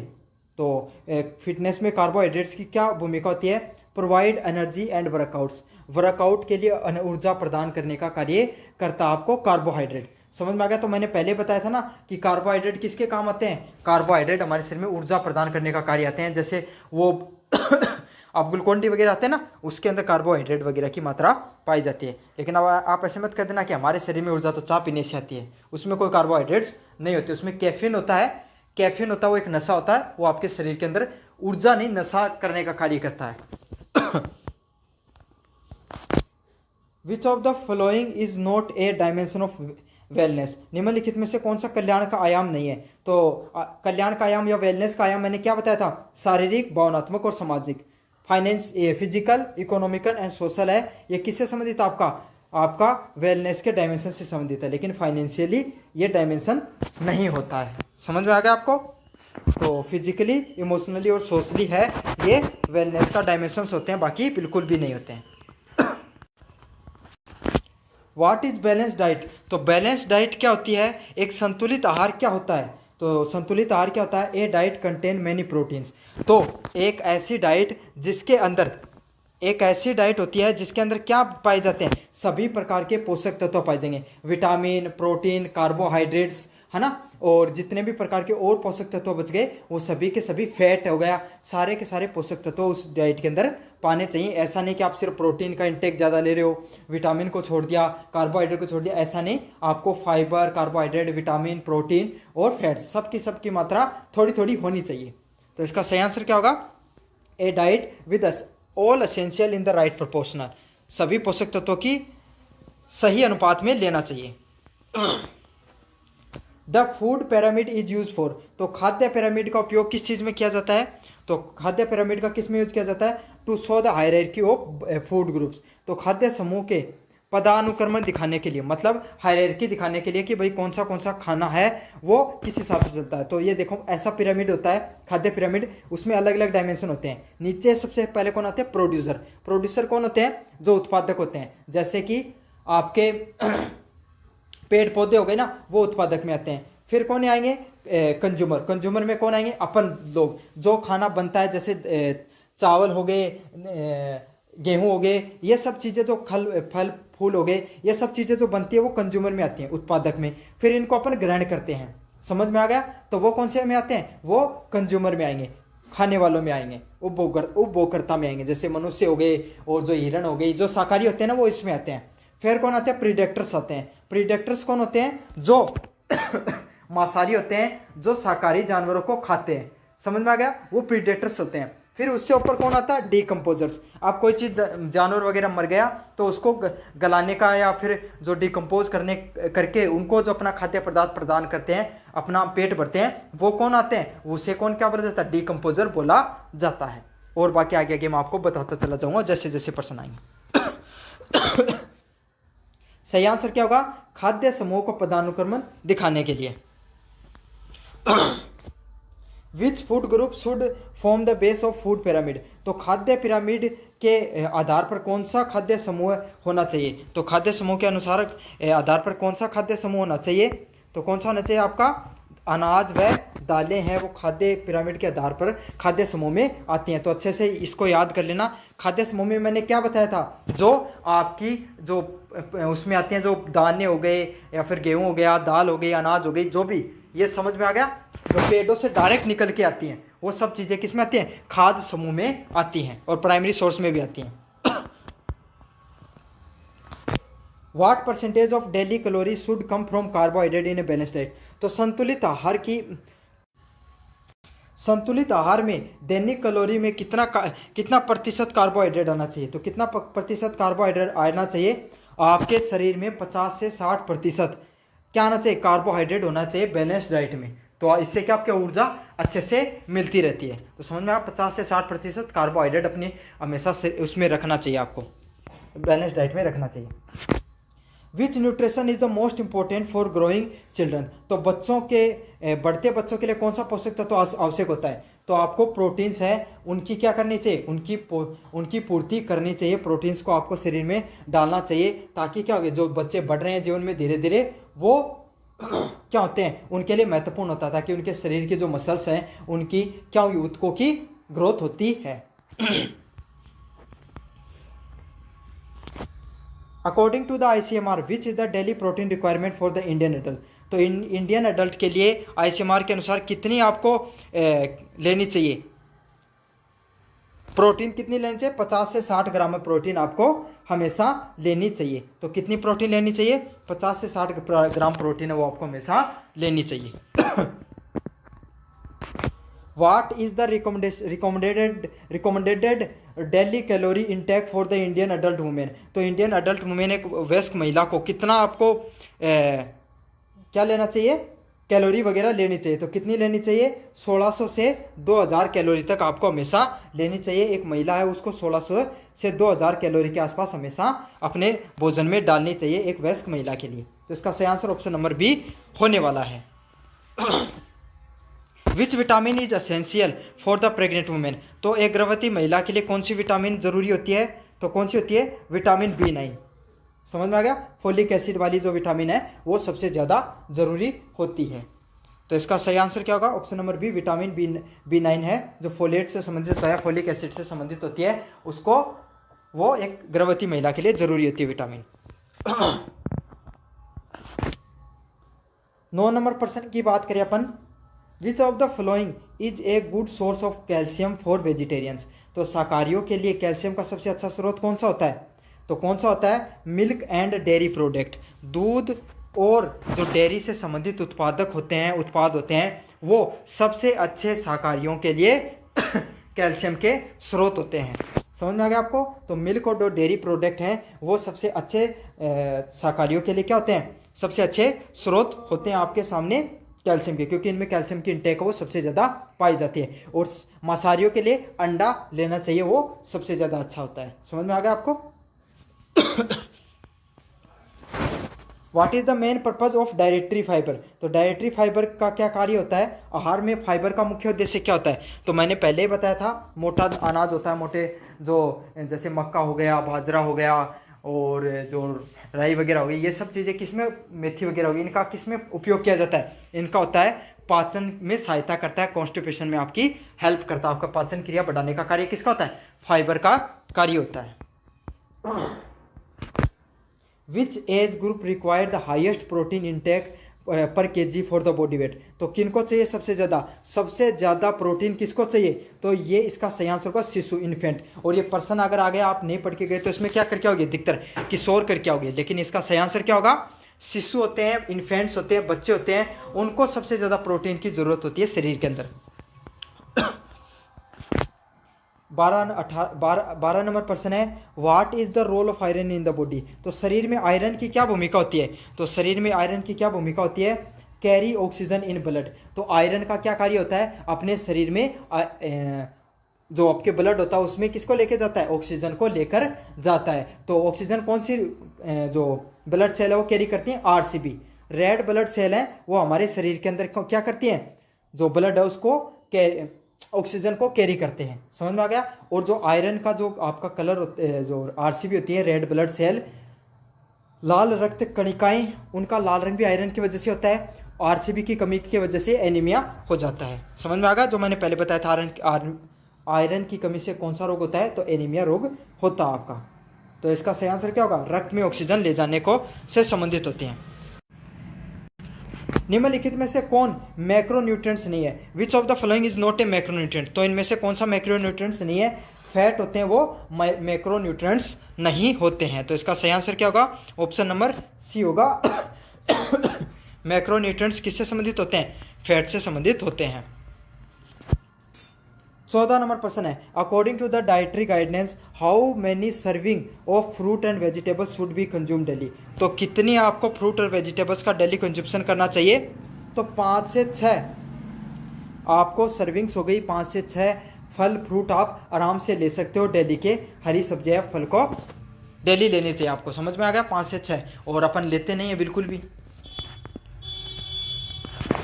15 नंबर प्रश्न है, what is the primary source of energy in the Indian diet? तो भारत की जो डाइट होती है उसके अंदर सबसे ज़्यादा प्राइमरी सोर्स ऑफ एनर्जी क्या होता है? ऊर्जा का स्रोत क्या होता है? तो क्या होता है? चावल और गेहूँ। चावल और गेहूँ वो अपने भारत में सबसे ज़्यादा खाए जाते हैं। क्यों भाई? जहाँ पर भारत में 2 ही फसल सबसे ज़्यादा होती हैं। हरित क्रांति के बाद में सबसे ज़्यादा 2 फसल किनका विकास हुआ? चावल और गेहूँ का।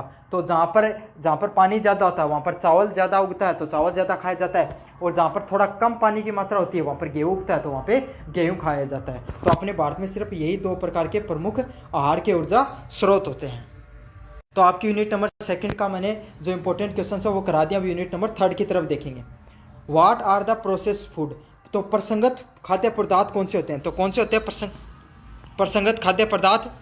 ये होते हैं प्राकृतिक अवस्था में बदले गए खाद्य पदार्थ। Food alternated from their natural state and preservation और कन्वीनियंस। तो ऐसे खाद्य पदार्थ इनको क्या बोला जाता है? Process food. हाँ, प्रोसेस फूड को प्रसंगत संस्कृत खाद्य बोला जाता है। मतलब वो फूड जिनको क्या किया जाता है? प्रिजर्वेटिव वगैरह जो डालकर उन्हें स्टोरेज किया जाता है। जैसे आपके जो चिप्स वगैरह हो गई, कुरकुरा वगैरह हो गया, पैकेट फूड जो भी आता है ना, डिब्बा पैक या पैकेट फूड आता है जो भी, उसको क्या बोला जाता है? प्रोसेस फूड बोला जाता है। क्योंकि उनमें आपको पता भाई कच्चा।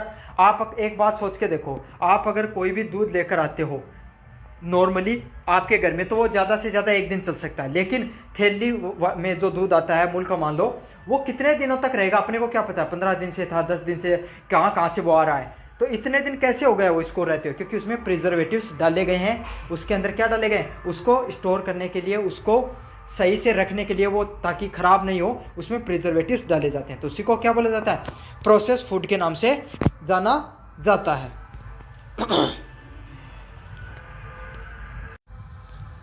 अगले वाला प्रश्न है, which of the following is an example of minimal process food. तो निम्नलिखित में से कौन न्यूनतम प्रसंस्कृत खाद्य पदार्थ है? तो सबसे कम कौन सा है? तो ऐसे पदार्थ जो डायरेक्टली नेचुरली आते हैं, प्राकृतिक रूप से उत्पन्न कोई भी खाद्य पदार्थ क्या होता है? प्रोसेस फूड की श्रेणी में नहीं आता है। तो कौन सा आएगा? धुली और कटी हुई सब्जियां हैं वो इसका सही एग्जाम्पल होगा। ये प्रोसेस फूड में नहीं आएंगे। बाकी देख लो क्या क्या आता है। फ्रोजन पिज़्ज़ा, तो ऐसा पिज़्ज़ा जिसको आप पैकेट फूड में आए और आपको उसको ओवन में डाला या फिर आपने घर पे ले जाके उसको थोड़ा सा गर्म किया और वो तैयार हो गया खाने के लिए, तो वो प्रोसेस फूड में आएगा।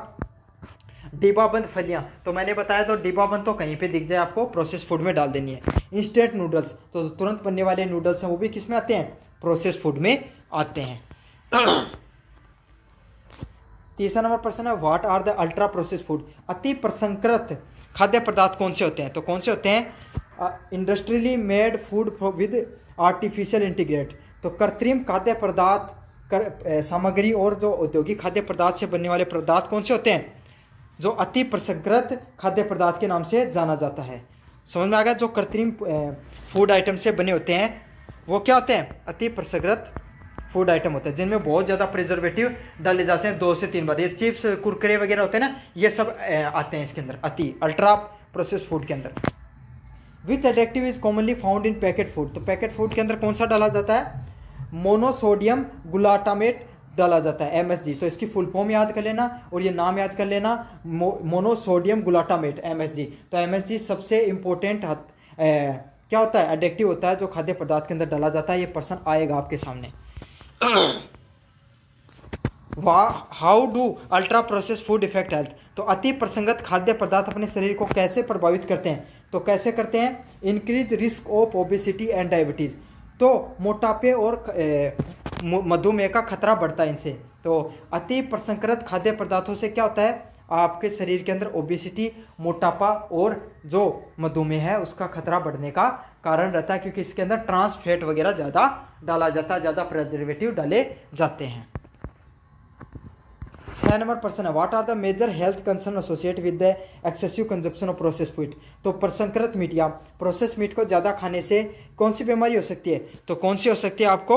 आपको कैंसर का रिस्क है वो बढ़ सकता है। तो ज़्यादा प्रोसेस फूड भी आपको जीवन में नहीं खाना चाहिए, कम से कम प्रोसेस फूड को अपने शरीर में डालना चाहिए। इसका सही क्या आंसर क्या होगा? Option number B, increase the cancer risk को बढ़ाने का कार्य कर सकती है। Which of the following is a common preservative use in packet food. तो पैकेट फूड के अंदर कौन सा प्रिजर्वेटिव डाला जाता है? तो सोडियम बेंजोइट है वो क्या डाला जाता है? एक कॉमन प्रिजर्वेटिव होता है जिसको खाद्य पदार्थों के अंदर डाला जाता है। तो कौन सा होता है? सोडियम बेंजोइट है वो एक खाद्य पदार्थ होता है, वो एक पैकेट फूड होता है जिसको पैकेट फूड को क्या करने के लिए? प्रिजर्व करने के लिए डाला जाता है। एक प्रिजर्वेटिव होता है ये आपका। प्रिजर्वेटिव मतलब परिक्षरक के नाम से इसको जाना जाता है। Why are the term fat harmful. तो ट्रांस फैट हानिकारक क्यों होते हैं? क्योंकि ट्रांस फैट होता है, ये क्या होते हैं? आपको जो ऑयल वगैरह होते हैं ना, जो पाम ऑयल वगैरह, इनको बार बार प्रोसेस करके ट्रांस फैट बनाए जाते हैं। और आपको पता ट्रांस फैट होगा, इसका क्या कार्य होगा? अभी आपके शरीर के अंदर जिम जाएगा और आपका जो हृदय है उसके अंदर क्या धमनियों के अंदर जिम कर जमकर उसको जमने के बाद में क्या कर सकता है, आपको हृदय से संबंधित बीमारियां बढ़ने का खतरा हो सकता है। तो इसका सही आंसर क्या होगा, they increase the risk of heart disease.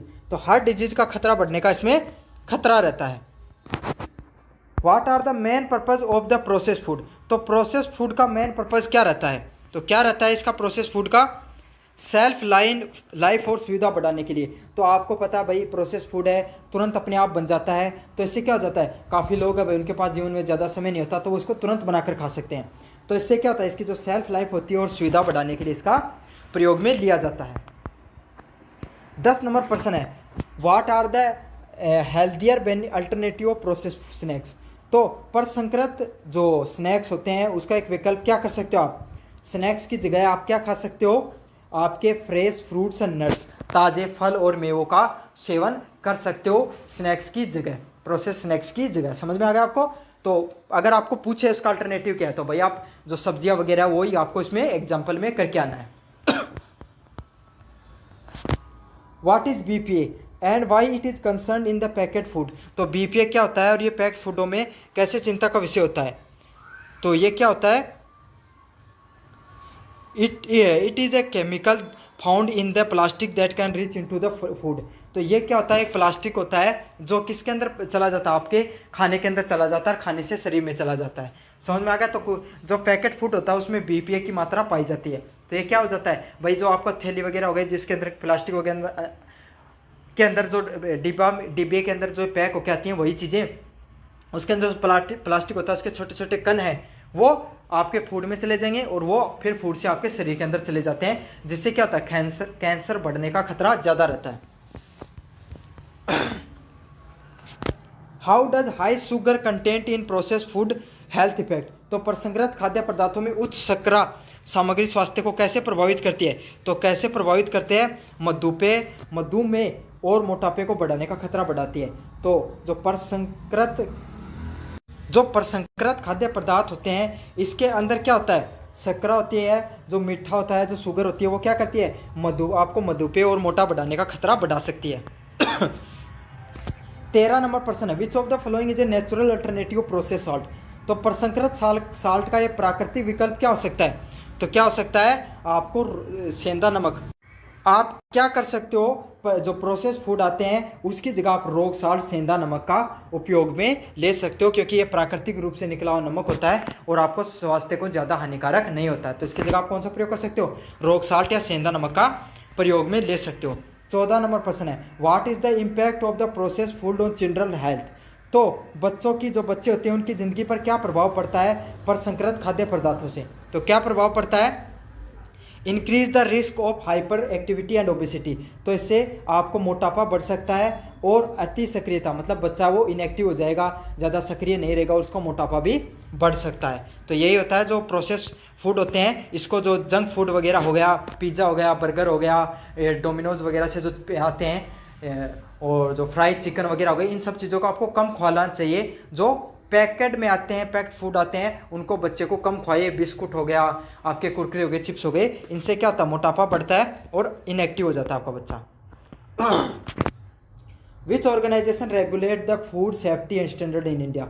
तो कौन सी, FFSI है, food safety standard authority of India. ये क्या करती है, ये आपके जो भारत में खाद्य सुरक्षा मानकों को नियंत्रित करती है। अब आपको इस चीज़ का भी ध्यान रखना है, ये मानकों को तय करती है, तो इसका मुख्यालय कहाँ पर है, ये आपको कमेंट बॉक्स में बताना है। FFSI का मुख्यालय कहाँ पर है, समझ में आएगा। फुल फॉर्म याद कर लेना, food safety and standard authority of India. तो आपने देखा होगा काफ़ी बार कभी भी कोई आप चिप्स या कुरकुरे लेके आना, उसके अंदर देखो एक ग्रीन डॉट लगा होगा या कोई लाल डॉट होता है, वो तो ग्रीन डॉट वेजिटेरियन से होता है, लाल डॉट दोनों वेजिटेरियन नॉन वेजिटेरियन हो सकता है, उससे संबंधित होता है।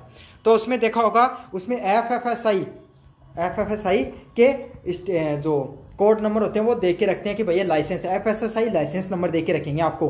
कुरकुरे लेके आना, टेढ़ा मेढ़ा का या और कोई सा भी लेके आओगे, कुछ आप या जो बिस्कुट वगैरह लेके आओगे, उसमें देख लेना, आपको मिल जाएगा ये चीज़ें।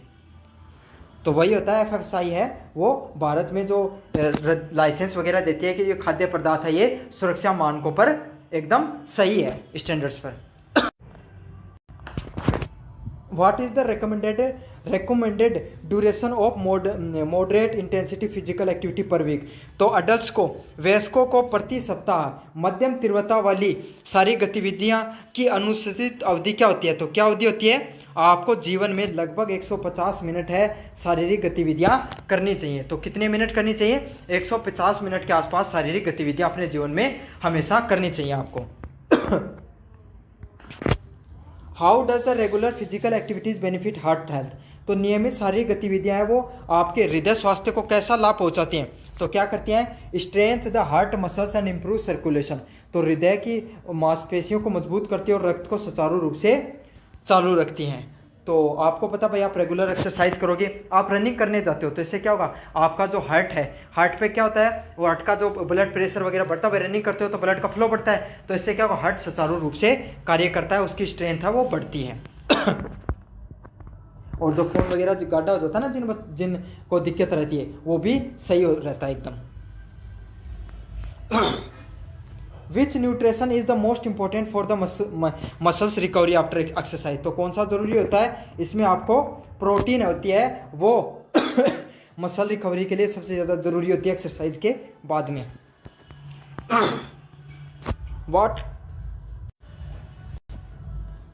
What is the dual burden of मल न्यूट्रिशन।